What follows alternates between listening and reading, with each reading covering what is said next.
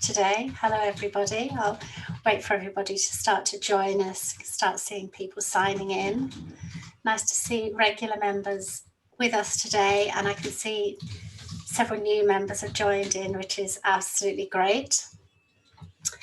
So just as a warm-up, I'm not sure if Prakash is actually going to be joining us today, so you just have to put up with me today. And last week, Prakash mentioned about the importance of making the most of what's been a very bad year, and that we've got 2 months now to possibly take up a new habit. And I've got a guilty secret to admit, which is that I never finished reading Thinking Fast and Slow. And I think that I possibly join a very large cohort of people. Prakash actually has a theory that there's only 8 people out there who've really read it from start to finish. So I set myself the challenge to finally finish the book that's been sitting in my cupboard for 10 years, not properly finished. I'm very proud to say I'm over halfway through. My challenge was just to read 4 pages each night before I went to bed. And it's been a successful habit that I've taken on. So if any of you want to try to read something like War and Peace or Ulysses, one of these things you've always wanted to read, that's my little nugget of advice that I've taken on. 4 pages, you really get dived in there, and you'll be surprised how far you get. So we have guest authors today with us, Michael Hallsworth and Elspeth Kirkman. You're both very welcome. Authors of Behavioural Insights, which I must say I have really enjoyed reading. And I think something that particularly appeals to myself is that I'm just going to read a little bit from the not even the author's words, but more to do with the concept of this actual series, in that it's the MIT Press Essential Knowledge series. So what I found so great about it was the wealth of information that Michael and Elspeth had drawn together about the actual origins of behavioural science, and that is essentially what these series are for. The MIT Press Essential Knowledge series offers accessible, concise, beautifully produced, pocket-sized books on topics of current interest, delivering expert overviews of subjects that range from the cultural and the historical to the scientific and the technical. So really, you know, it is more like a textbook, as it were, but I thoroughly enjoyed it. So if I can bring Michael and Elspeth in to join us, if you'll unmute yourselves. Hello, Michael. Hello, Elspeth. You're both very welcome. And also, if I can say to the rest of the members who've joined us today, if you don't mind turning on your cameras, it really makes a difference to the atmosphere of the event if we can see your faces as it's going on. So I really welcome you all now to turn on your cameras so that we can see you all. You're all very welcome. So Michael and Elspeth, we haven't met before, but I have the privilege of having heard both of you actually speak already about your book in other webinars. And something that I picked up on my recent post was something that really made me laugh quite a lot, which was when Elspeth mentioned during the webinar that one of the early chapters, Michael, that brings in the history, the origins of behavioural science, Elspeth rather comedically commented that she'd learned so much from reading your chapter. So maybe you'd go into that a little bit, Michael, about how you went about finding things that you felt drew on this theme. Yeah, sure. Thanks everyone for coming along and joining us today. The chapter was in some ways a challenge because the book is obviously meant to be a short introduction, and we're meant to, you know, get through the topics and explain them, not go into too many digressions and so on. However, at the same time, one thing that was quite apparent from many other books, which focus on, say, behavioral economics, is that they present a kind of, I don't know, like narrow history, which is often quite repetitive, which says, you know, starts in the 70s with Kahneman and Tversky doing experiments, more or less. Sometimes they go a bit further back and talk about Herbert Simon and bound of rationality. But if that's as much as they ever do. I'm generalizing, but that's something I keep coming across. And what we wanted to do was just touch on the fact that there's a broader frame to all this, which goes back to what is rationality anyway, and why were people interested in the idea of using reason to accomplish goals better. And that's kind of the goal of the Enlightenment, essentially, which starts in the kind of the 18th century. We don't go on forever about the Enlightenment, but it's just worth grounding that in a broader picture. And the other thing we wanted to do was talk about how, particularly if you take the perspective of behavioral economics, you start from this idea of there is a model and there are deviations from that model. And that although people do make this following point, it's not very obvious, but there's another way of thinking about this, which doesn't start from that perspective of law, which talks more about, it's more drawn from psychology, which kind of tries to look at how people are making decisions in contexts, right?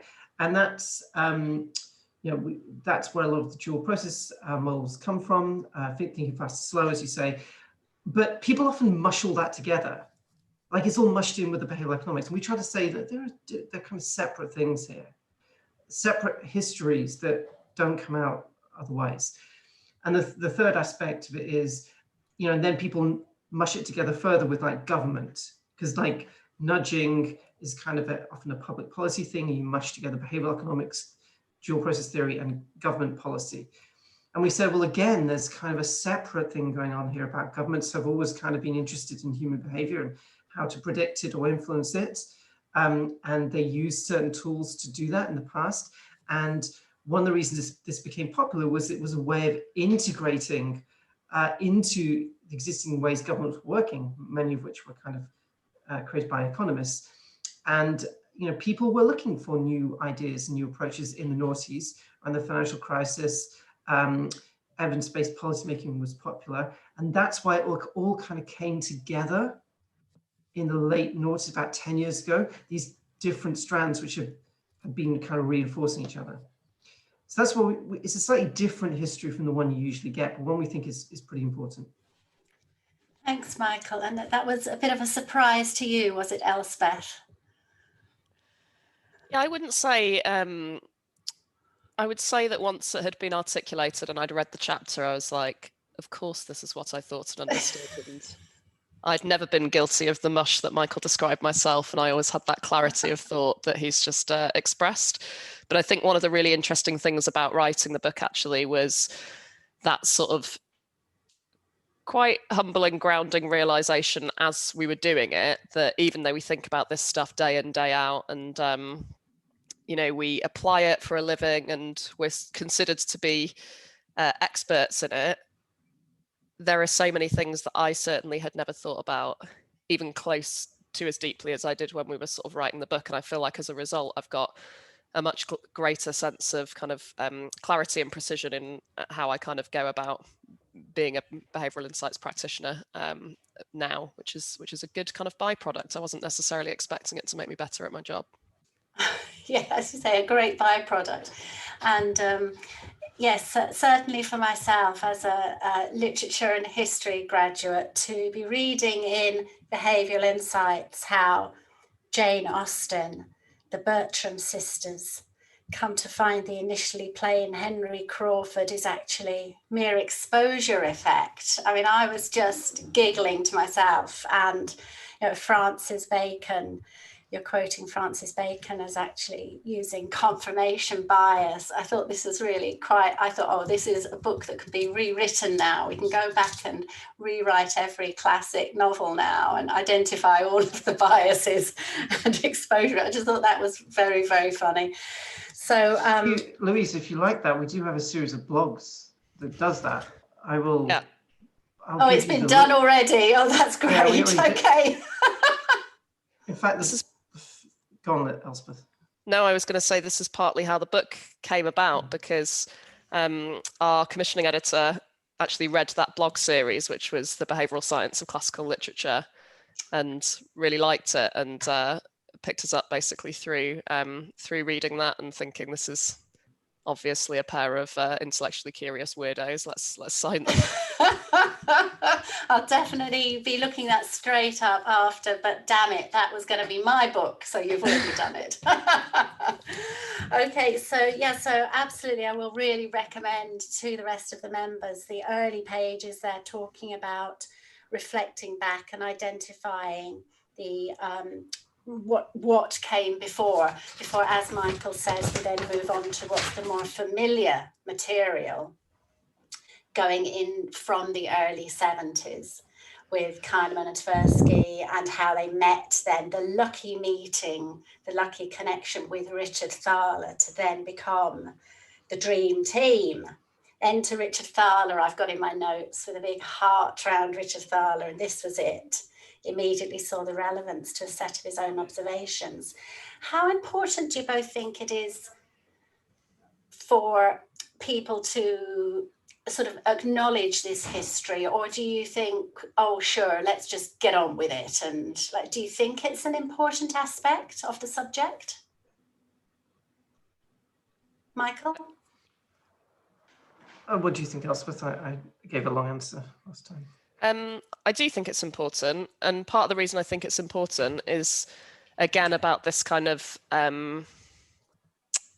understanding where the sort of limits and the potential of behavioural science and behavioural insights is, and understanding kind of whose shoulders you're standing on and what school of thought kind of preceded the way that we look at the world now through a behavioural insights lens. Because even though that sounds a little bit kind of abstract and ivory tower and all of those sorts of things, I actually think in a kind of applied sense, it's extremely helpful. Because if you think about, for example, working in a government context, it's very common that you will be working with people who are, you know, chief economists of government departments or analysts that work in government who've kind of been trained through a particular kind of economic school of thought, or kind of, you know, way of seeing and thinking about the world, and actually kind of understanding how those different strands that Michael described came together, what the sort of, you know, deviations from each of those different strands are that kind of ended up with this behavioural insights approach, and where you might therefore be kind of uncomfortably treading on other bits of, you know, bits of other people's kind of school of thought or ideology in such a way that they might not recognise or might think is a little bit wrong or off. I think it's extremely helpful to just be able to articulate it in terms of this is what it is, this is what it isn't, and the only way you can kind of do that is to know your history on it. Yes, and I don't know who'd answer this question better, but I want to move on to the period of development within government, as you just touched on there, Elspeth, which is extremely interesting, the way it's broken down in the book. I know there is a particular book about this, but to see the concise development of, as the years go on, the development in the UK government, then the parallel development in the USA. Do you feel, Michael, almost sort of, I don't know, is there a feeling of privilege that you were sort of there at the outset?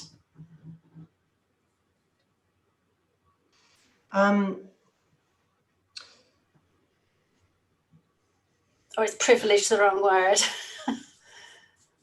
I think we still don't know how, you know, where exactly everything is going. I think it was definitely interesting, and I think it was interesting because you see how, you know, after the event, it all seems very obvious, like how everything turned out, and of course it went like that and so on. But at the time, it was not at all obvious what was going to happen, and you know, things like when we decided to detach ourselves from the government, that was a big risk and could have very much not worked. It could have failed completely. We had no real idea, and it worked out pretty well. But it's very difficult to remember at the time how much of a risk it seemed. And similarly, there were certain things where, in retrospect, you realize that was a really important meeting with that particular person. that we happened to have a result at a particular time, and they were convinced, and it led, we now know it led to X, Y, and Z. But at the time, you didn't know that. You didn't know that this would be the really crucial meeting. So it's all really interesting how it appears different in retrospect. And just at the start, how there were no, like, I think right now there are many other kind of nudge units that have been set up. And at the time, there weren't any. So we just had to kind of make up what we were doing. We're not saying we got it completely right. But it's interesting that I think it's a bit easier now because people can point to the fact that we existed, and often government's quite risk averse, but what they like is the ability to say that that place over there has already done this and it sort of worked okay. And I think that gave license to a lot of other people to try it themselves. Yeah, I think in some way that links as well to the point that we were making before about how there's a sort of mythical version of the history of behavioural insights, which is told and touted and repeated. And, even you were kind of talking about, that magic moment that Richard Thaler came into the scene and they first met and economics fell in love with psychology and, all sort of the penny dropped or whatever. I bet if we went back and were a fly in the wall in that situation, there was absolutely no kind of, this is, we can see the path of fate laid out and it's completely determined and what a magic moment. And it probably, it's a very nice kind of post hoc rationalized story that we've started to tell ourselves about the emergence of this is a field or a discipline and an approach, but also, I think you see that a lot in the way that the story of the Behavioural Insights team is told. And there are certainly, it's not to say that it's not true, it's just kind of selectively, selective highlights that make sense of what was quite a convoluted path and not a clear journey at all, as Michael said. And I just think there's sort of a nice meta point in the interesting psychology of how we tell ourselves a nice, neat story about it to make sense of it. Absolutely. There's always the reflecting back and A plus B plus C, which isn't the way it actually goes, as we all know. I'm going to jump now right to the far end, right to the back of the book, having sort of dwelt on the origins, because something that I particularly liked was you say at the end that the idea of a behavioural solution or approach should become meaningless since the principles will have become absorbed into standard ways of working, which I thought was a really insightful future look, that really the word behaviour won't need to be used. How difficult was it to project forward your thoughts, or is this just a feeling that you both would vocalise to each other a lot? I think it's definitely something we've talked about or thought about, because there's often the question of, are people going to still be interested in behavioural science as an idea? Are they still going to demand it in these terms? And if they're not, then that's obviously a problem, or it means that you won't achieve what you could do. And it's in fact likely that people will stop asking for it in these terms at some point, because that's often what happens. So that's an issue, because there's a danger then that if you don't change the kind of mainstream or the core way of working, you continue to have the same problems, because people aren't going to be asking for, oh, maybe we should think about behavior or behavioral science. They'll be making kind of assumptions about behavior without that evidence coming in, because they're not asking for it.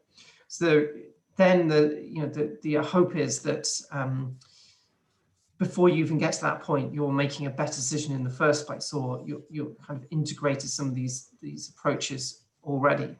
So it's kind of future-proofing it, I think. And that's not something that we had to sit down and sort of conceptualize about the future. It's something you think about all the time, really, because you don't really know what's, you feel like you're only as good as your last project, really. And what if people stop deciding that this is the kind of thing they want to request of you or other people? I have just realized as you were talking and I was thinking about it, that it's actually a really smart prediction, because either everybody forgets about behavioural insights, stops doing it, and then we can say, yes, look at how it's just been completely internalised and we don't need to talk about it anymore. Or it's a raging success, everybody learns how to do it, becomes completely normalised and internalised. So it's a prediction that should hold up in either extreme scenario.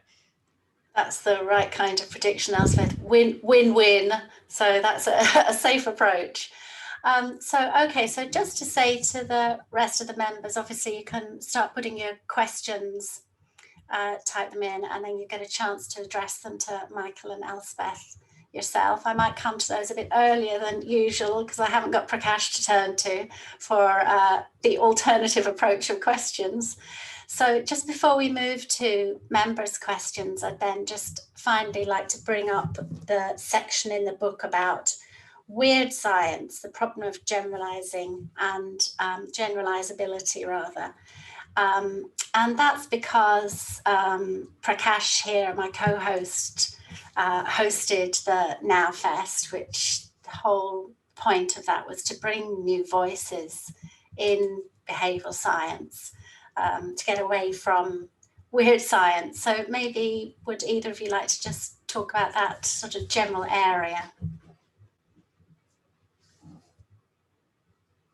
Yeah, I can take that. So I found this to be a really, really interesting, it was an area that I'd wanted to look into a lot more and got the chance to do so while we were writing the book. So for anyone who's kind of, not familiar with the concept, although I expect this group largely will be if you're behavioural science enthusiasts, it's this kind of fundamental problem in a lot of the underlying literature that the people who have been studied and whose behaviour we've looked at and then drawn conclusions about general behaviour from are what we call weird. So this idea that they're normally kind of from Western societies, they're educated, from industrialized societies, they're typically richer than your average global citizen, and from democratic societies. And I can see that someone's put a question in the chat about trying this stuff in different kind of in places with different cultures, social histories, governments, all of those sorts of things. And so, fundamental number one problem is that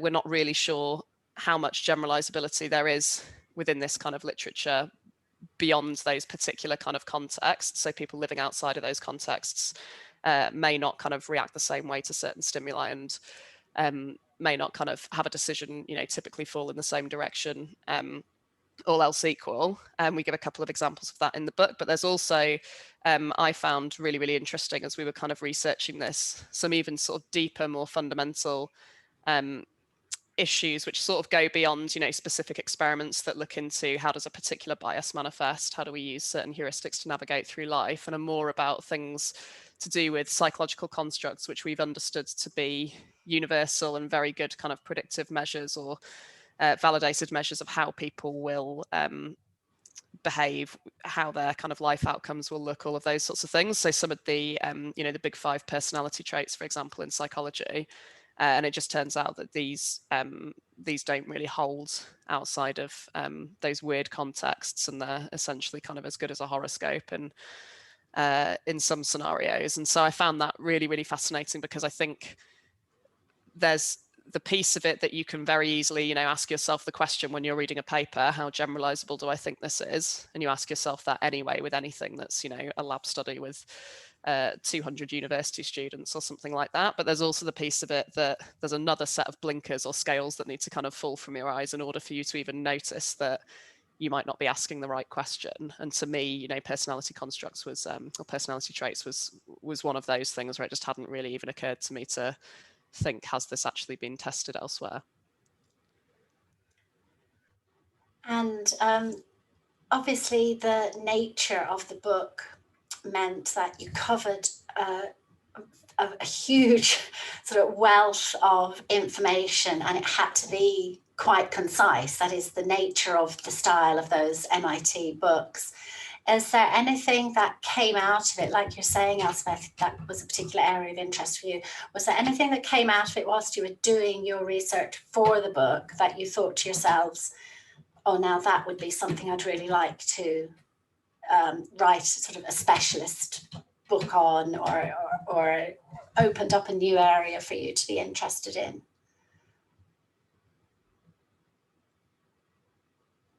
Michael?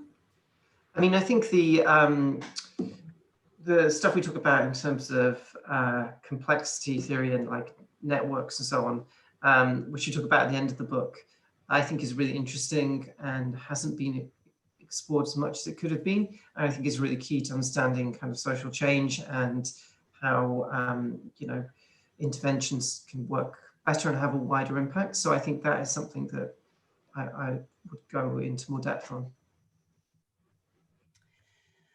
Okay, well, thanks very much, Elspeth and Michael. That's my questions that I had written down that I wanted to ask you to sort of open the subject up to the members. Not all of the members will have read the book, so I wanted to approach it as generally as I could just to give them a taste for it. So what I'd like to do now is to start bringing in some of the questions that have come up, and Elspeth touched on your question, Steve, but maybe you'd like to ask your question yourself. Thanks, Steve.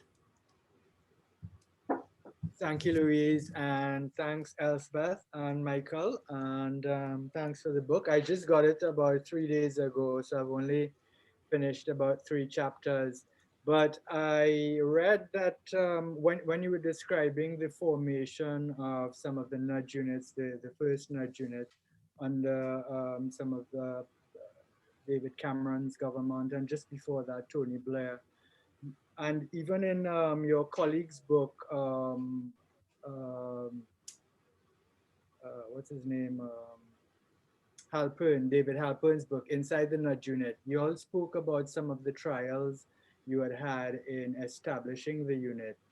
And one thing I found, you both of you were saying, is that it was so useful to have people inside the policy circles who would be very supportive. So that's why my question is there. You know, like if you are in, because I'm in a small island and you don't have such supportive people, such supportive thinkers in these high policy circles. So that's a serious bottleneck. In fact, I was reading an OECD book from 2017 about behavioral insights in public policy from across the world. And in 116 case studies, there were just 11 from developing countries. And out of the 11, 3 from South Africa, which I won't really call developing. So we're talking about 8 in 116 case studies. So I'm asking only because, you know, this is something I'm enthusiastic about and would like to drive. How do you, you know, any advice would be quite welcome. Something I should just say is that I'm in Brooklyn right now. I don't know if you can hear, but everyone's applauding. Yeah. I'm watching it as well. So they've just called it for Biden. Biden, no. And everyone is, literally everyone is cheering. So Fantastic. I just want you to keep the mic on so we can all hear that, because that sounds amazing. I mean, yeah, I don't. What's also interesting. Sorry, yes, your question. What's also interesting is as I speak about this, we all know that Donald Trump disbanded the nudge unit that was formed under the Obama government. So that's my whole thing about progressive politics. And any advice? How do you? I think it's really hard. Like it is a very difficult question. I take it as part of a broader set of questions actually around what is the right institutional form as well for some of this stuff, and that comes the question comes in various ways, because it's also like, do you have an individual in an organization? Like there's a lot of evidence that doesn't really work. They get isolated. They don't have. They're not integrated into normal structures of an organization. What are the conditions for success? It's pretty, you know, they seem quite contingent. Like you need some political support. I think you need some administrative support. They're quite different actually, and one may sometimes trade off against the other. And you also need this kind of weird combination of some small p political savvy, like these skills to get things done in an organization, positioning yourself, but also kind of be a bit expert in the field. That's a lot to ask of any organization. So I think I would take your questions. There are broader kind of cultural and political things as well. But I would also take your question as part of this notion of how do you set up this kind of organization? And I don't think there is one specific formula for it, if I'm honest with you. And, you know, you can't choose the conditions quite often of what's going on. Like, you can't choose the particular moment. I think we were lucky because we had a particular moment where there was, you know, the field of behavioral economics was, you know, as I mentioned, those three things were colliding, those strands of history. We also had strong kind of political support, and it wasn't just political support. It wasn't just like, oh, the new administration has come in and they think this is important, but the civil service is a bit like, what is this? Civil service have themselves been looking at these issues for some time. And the head of the civil service is an economist. So he got it as well. I think that's pretty important. I think I'd also say that when I've worked with, you know, both of us have worked trying to help kind of both run projects and programs of work, but also set up units in various different places. And I think, as Michael said, there's certainly not a one approach to doing it. And I think the most, you know, of course, the one that's going to get you the kind of highest traction and investment and the best chance of success is the one where you've got kind of people right at the top who are invested in this. You can pay for resource. You've got kind of latitude to go and, you know, put bets on a bunch of different things and try stuff out and all of those kinds of things. And you've got people who will go and advocate for you in rooms that you can't be in. But I also think that, you know, I've seen another kind of model of success, which is much more about picking a few projects where you don't need that level of total kind of top level buy-in immediately. So everything that you need to control in order to, you know, run the revenue collection experiment or run the do people turn up at this public service if we do this thing differently experiment, all of those levers kind of sit at a much more operational level, and you're basically converting people at that level. And it's more kind of like, you know, can you get the IT guy or gal who runs the whole sort of, you know, all of the systems for your central or for your government department or your local government or whatever it might be, and teach them about A/B testing, because if they're a code nerd, they're going to be like, this is incredible, so we can experiment with absolutely everything, and suddenly start telling you all of these, you know, completely different things that you didn't know existed. So it's more, you know, it's much less kind of lofty and strategic and thinking immediately about, you know, positioning this as integral to the sort of wider benefit of society, and much more about what are enormous batch processes that happen every single day where you might be able to get a slight improvement in the outcome, and then you use the results of that to be able to say, we've not been talking about it, we've actually been doing it. And that's how you kind of get the higher level traction. And if you don't get the higher level traction, you know, sometimes you can end up with embedded experimenters in a whole bunch of different places across government who are doing these kind of small incremental tweaks that add up to, you know, really quite large successes over time anyway. Thanks very much. And does that answer your question, Steve? Yeah, thanks very much. Yeah, I mean, as you quite rightly highlight, I actually wrote that down myself, Steve, that quoted in the book, you say that 202 public entities around the world are applying behavioural insights. I think this was at 2018, which is amazing. Including developing countries in Africa, South America and Asia, but I didn't know it was such a small number, Steve. But then in fairness, you do qualify that by saying that not all of the initiatives were successful. Now, we've got another question that's come up from Tony. Would you like to ask your question yourself, Tony? Yes, actually I would. So thanks, Louise. Appreciate it. Thank you very much, Elspeth and Michael, for being here today as well. This is great. This is beautiful. So I'm a salesperson, and you know what I do has usually fairly immediate feedback. There's an immediate feedback. And I used to call myself an applied psychologist, because I would take, all these studies and all these things that were out there and see how I could apply them on the sales floor. And a lot of times I found that to be very difficult, because I would hear something, I said, wow, that sounds great, that's awesome.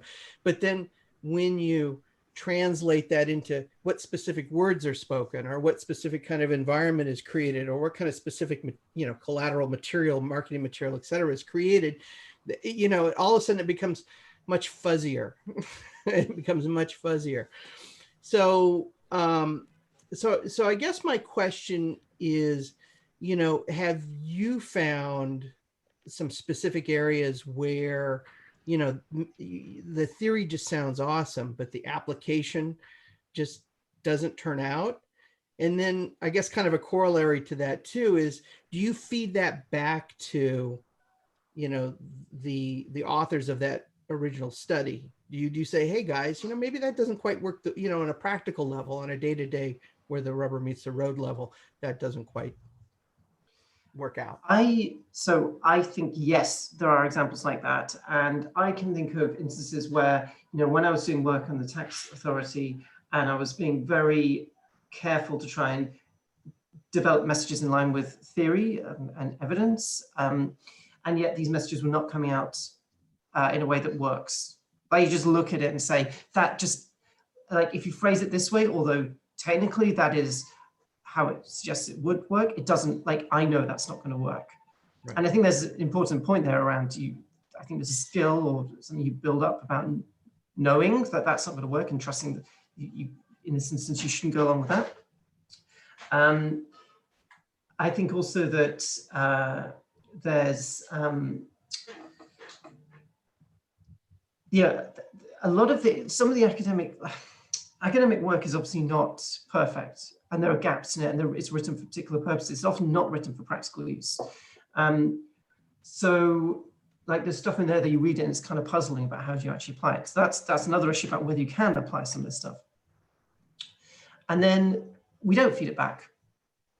I don't feed it back because, in a sense, a lot of academia is not really interested in that as such. Like, it's one specific instance of how it doesn't really play out in the real world. And does that connect to does it disprove your overall theory? Probably not. Is academia there to focus on practical application?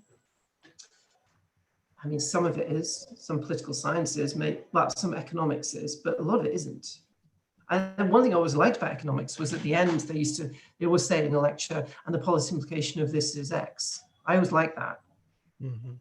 Not because I'm not interested in theory, it's just like, I'm interested in change in the real world. There's a specific thing that I've worked on where he's going to go and weep out the window now.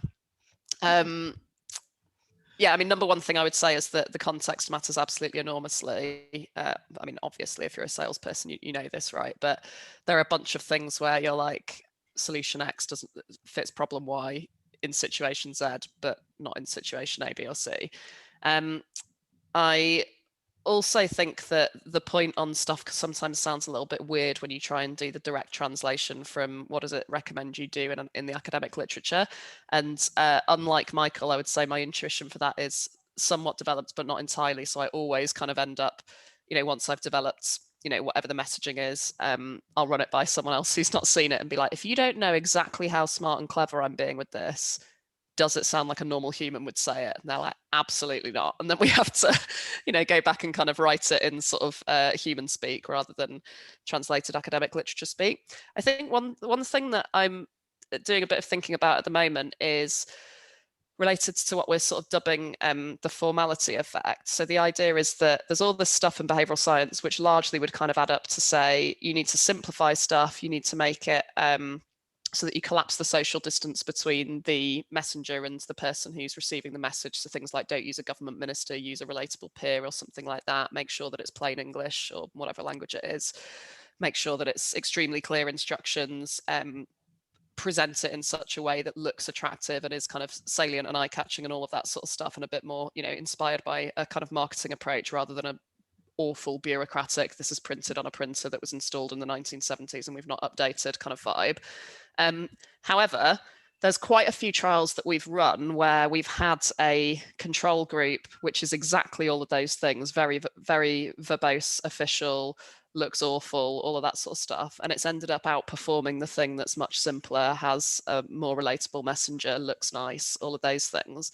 And there's a couple of kind of contextual factors that seem to be at play in that. So it seems to be if the thing that you're asking someone to do is non-mandatory, so, you know, could be something like asking someone to vote.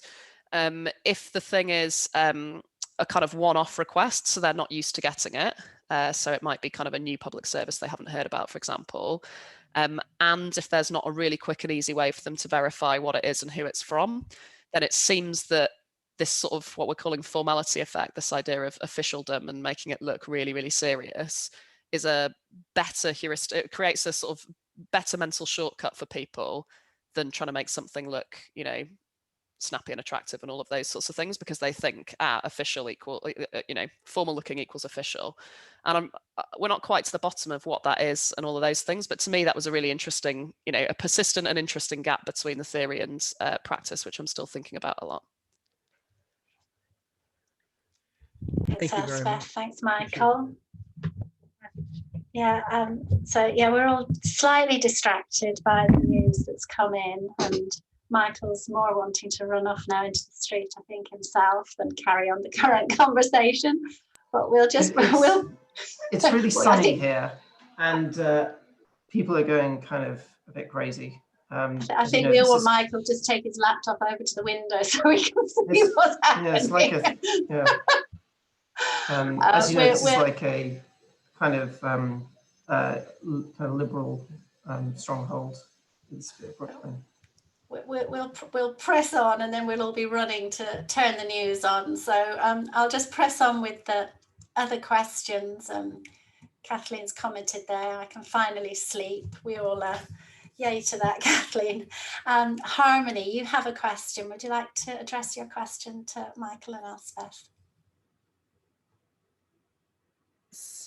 Hello, thank you. Yeah, it actually kind of dovetails with what you were talking about. Well, my question, sort of, you've got these concepts that are maybe more indicative of basic psychology, and then more cultural aspects. I was thinking of somebody I know who used to work in sales, actually selling human resource software, and she's from New York originally. And she had a real problem when she would travel to the south of the US because culturally there was a huge difference, and they had to take her aside and, you know, explain that she needed to be a little bit more friendly, less professional and more friendly. You know, the New York approach would be sort of very efficient, getting down to business, but in the South, you have to ask about people's families first and stuff like that. I think that's just sort of an interesting thing. Culturally, you can't overestimate the power of culture. And then I'm also thinking, I live in Spain, where it's sort of, the vibe has been sort of Franco-authoritarianism, which is surprising because the government is actually quite liberal. So their approach has been very sort of dictatorial, and the public transportation system here just has, you know, they have a really nice cultural behavioral science approach to a campaign about civility in the metro, using karma as the sort of guideline, and they've got this cartoon character that's really fun.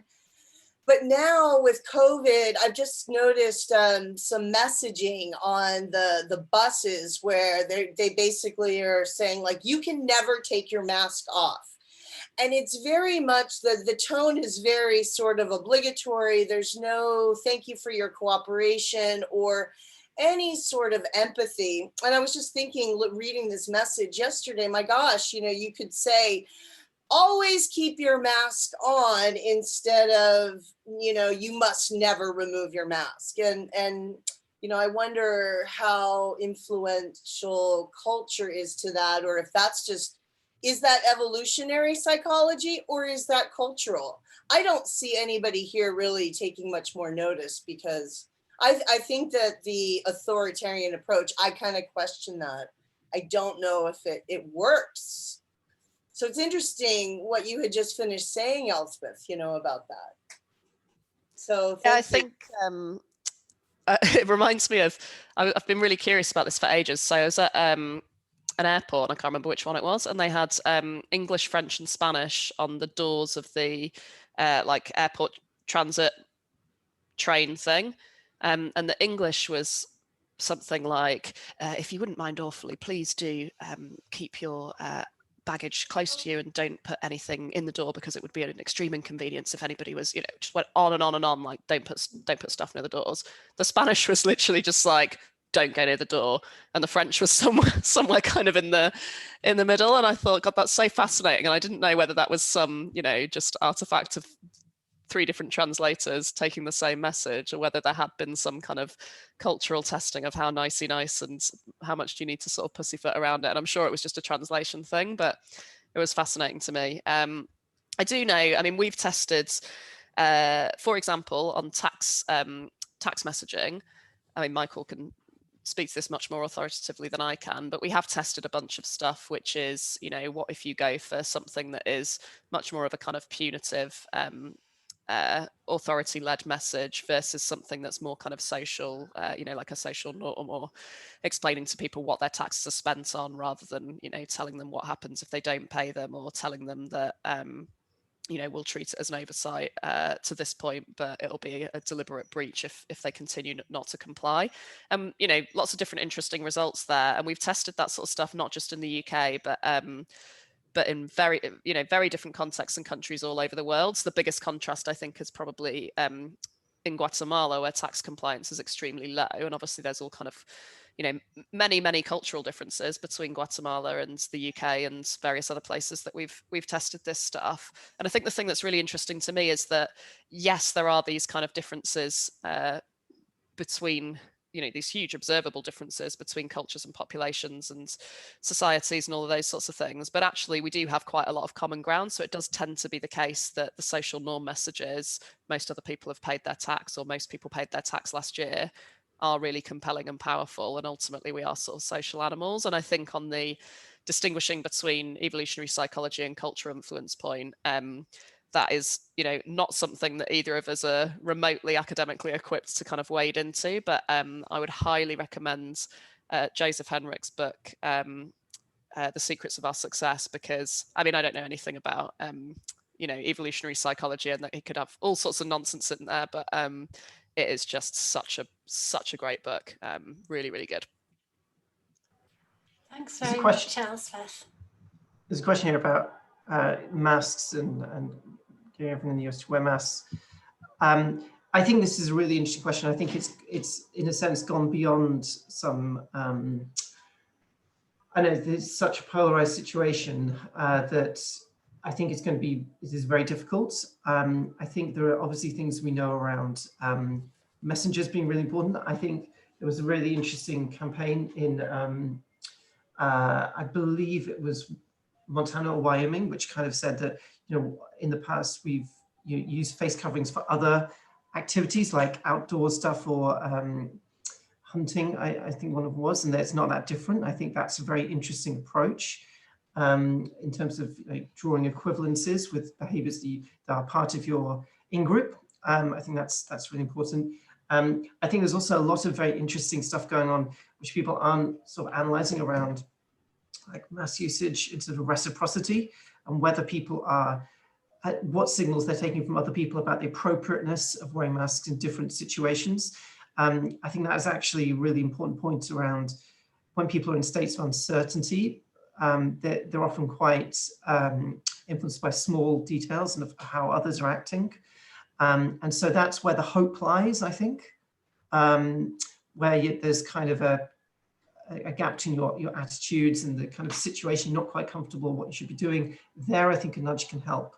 But it's pretty tough altogether, I think, to shift that situation now we have a highly polarized, in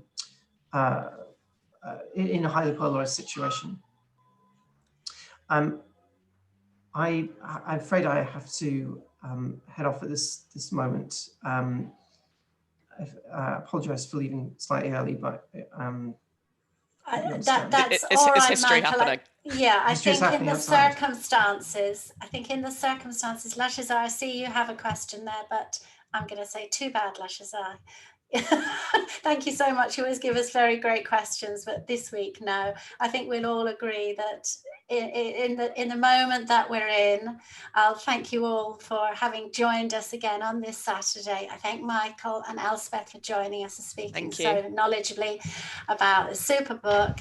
And we'll wrap it up there, and I look forward to seeing you all same time next week when we're going to be talking about the classic Nudge.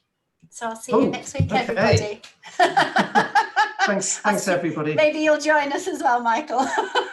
I'll see you all next everyone. week, and thank you so much, you. everybody, for joining us on this momentous occasion.